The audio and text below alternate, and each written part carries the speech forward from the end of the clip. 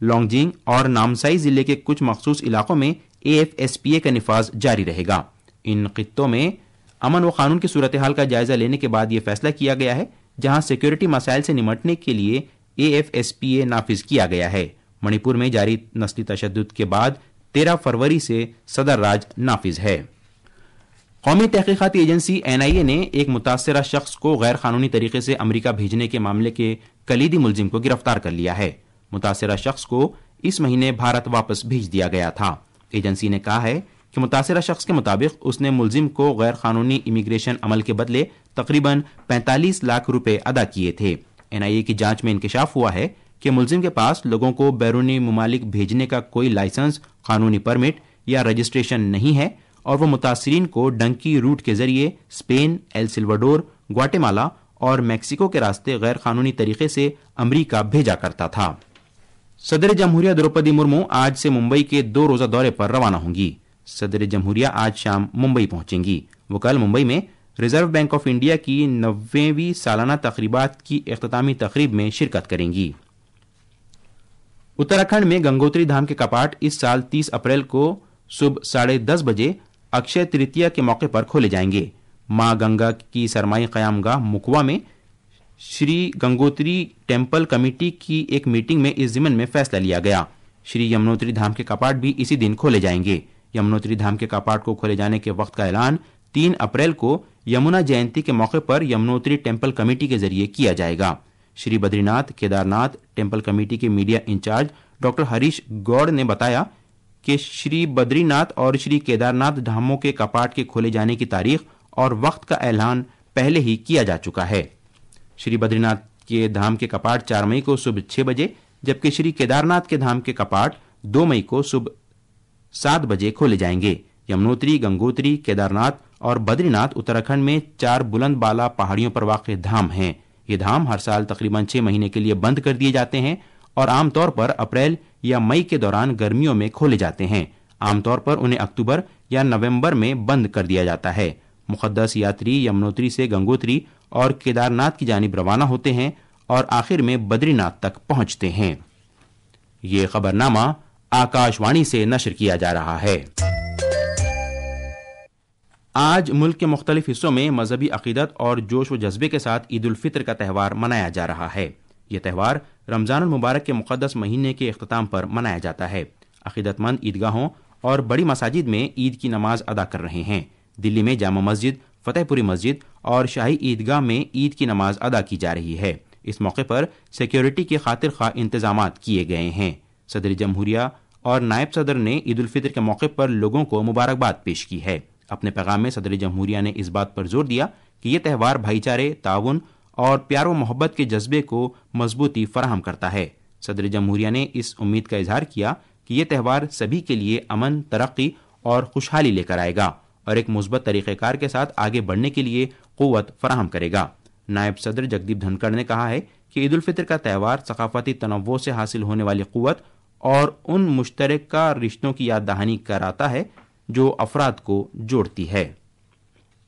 جموں کشمیر میں آج عید الفطر کا تہوار منایا جا رہا ہے۔ کل شام جموں کشمیر میں عید کا چاند دیکھا گیا۔ مفتی اعظم نصیر الاسلام نے شوال کا چاند نظر آنے کی تصدیق کی۔ اس کے ساتھ ہی رمضان المبارک کے مقدس مہینے کا اختتام ہوتا ہے۔ پیش ہے ایک رپورٹ۔ عید الفطر اسلام کے اہم ترین تہواروں میں سے ایک ہے جو خصوصی دعاؤں، دعوتوں اور خیراتی کاموں کے ساتھ منائی جاتی ہے۔ اس موقع پر لوگ دوستوں اور رشتہ داروں کو عید مبارک پیش کرتے ہیں۔ گھروں میں بچوں کو نقدی کی صورت میں عیدی بھی دی جاتی ہے جس سے بچے خوشیاں مناتے ہیں۔ جموں کشمیر وقف بورڈ نے تصدیق کی ہے کہ سری نگر میں واقع درگاہ حضرت بل میں عید نماز کا سب سے بڑا اجتماع ہوگا۔ لیفٹیننٹ گورنر منوج سنہا، وزیر اعلیٰ عمر عبداللہ، کابینی وزراء اور دیگر شخصیات نے جموں کشمیر کے لوگوں کو عید الفطر کی مبارکبادی پیش کی ہے۔ طارق راتر، آکاشوانی نیوز، سری نگر۔ آج پورے سری لنکا میں بھی عید الفطر کا تہوار منایا جا رہا ہے۔ یہ تہوار رمضان المبارک کے 1 مہینہ طویل روزے کے اختتام پر منایا جاتا ہے۔ مسلم برادری کے افراد جو جزیرائی ملک کی 10% آبادی پر مشتمل ہیں، عید کی خصوصی نماز کے لیے مسجدوں میں جمع ہوئے اور ایک دوسرے کو عید کی پرخلوص مبارکباد پیش کی۔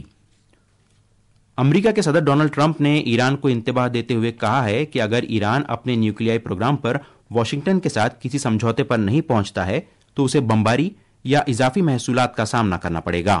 ایک نیوز چینل کو دیے گئے انٹرویو میں ٹرمپ نے کہا کہ امریکی اور ایرانی حکام بات چیت کر رہے ہیں، تاہم انہوں نے اس بارے میں مزید تفصیلات نہیں بتائیں۔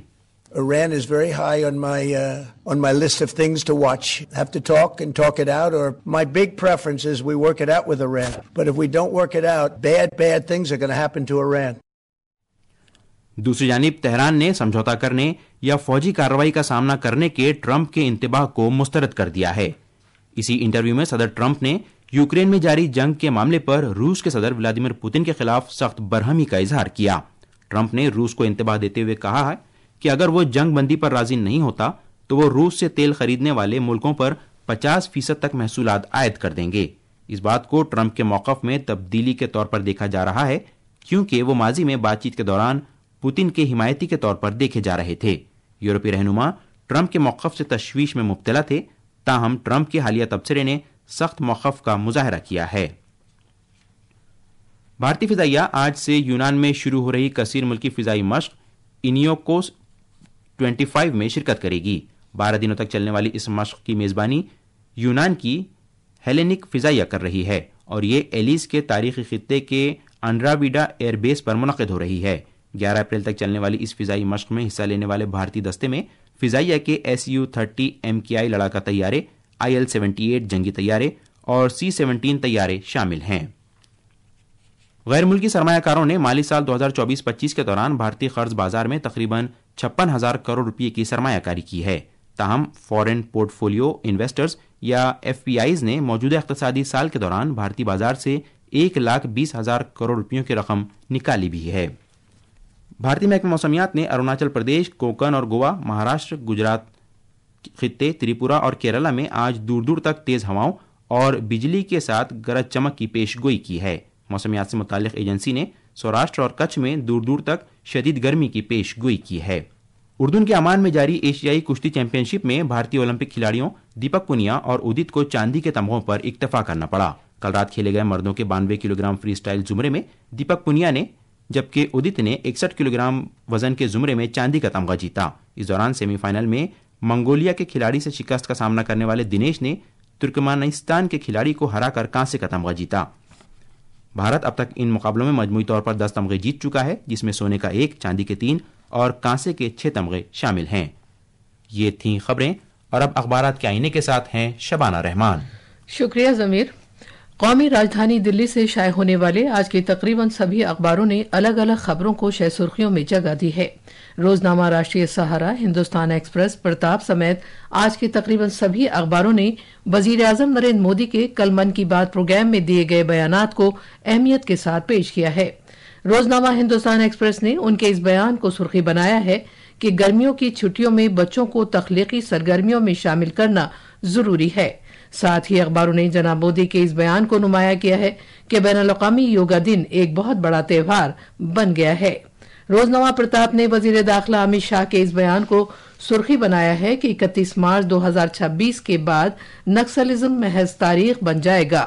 ساتھ ہی اخبار نے بیجاپور میں 50 نکسلیوں کے خود سپردگی کرنے کی خبر کو پیش کیا ہے۔ آج پورے ملک میں عید الفطر کا تہوار منائے جانے کی خبر بھی روزنامہ انقلاب سمیت تقریباً سبھی اخباروں نے پیش کی ہے۔ اور آخر میں خاص خبریں ایک بار پھر۔ وزیر اعظم نریندر مودی نے چھتیس گڑھ میں 33,700 کروڑ روپے مالیت کے پروجیکٹوں کا آغاز کیا۔ جناب مودی نے کہا کہ ان اقدامات سے ہزاروں روزگار پیدا ہوں گے اور ریاست کی اقتصادی ترقی کو رفتار حاصل ہوگی۔ مرکز نے منی پور، اروناچل پردیش اور ناگالینڈ کے حصوں میں مسلح فورسز کے خصوصی اختیارات سے متعلق ایکٹ میں 6 مہینے کی توسیع کر دی ہے۔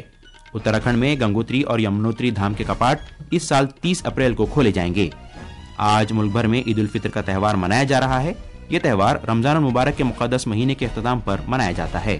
امریکہ کے صدر ڈونلڈ ٹرمپ نے ایران کو دھمکی دی ہے کہ اگر ایران اپنے نیوکلیائی پروگرام پر واشنگٹن کے ساتھ کسی سمجھوتے پر نہیں پہنچتا ہے تو اسے بمباری اور اضافی محصولات کا سامنا کرنا پڑے گا۔ اس کے ساتھ ہی آکاش وانی سے خبرنامہ ختم ہوا۔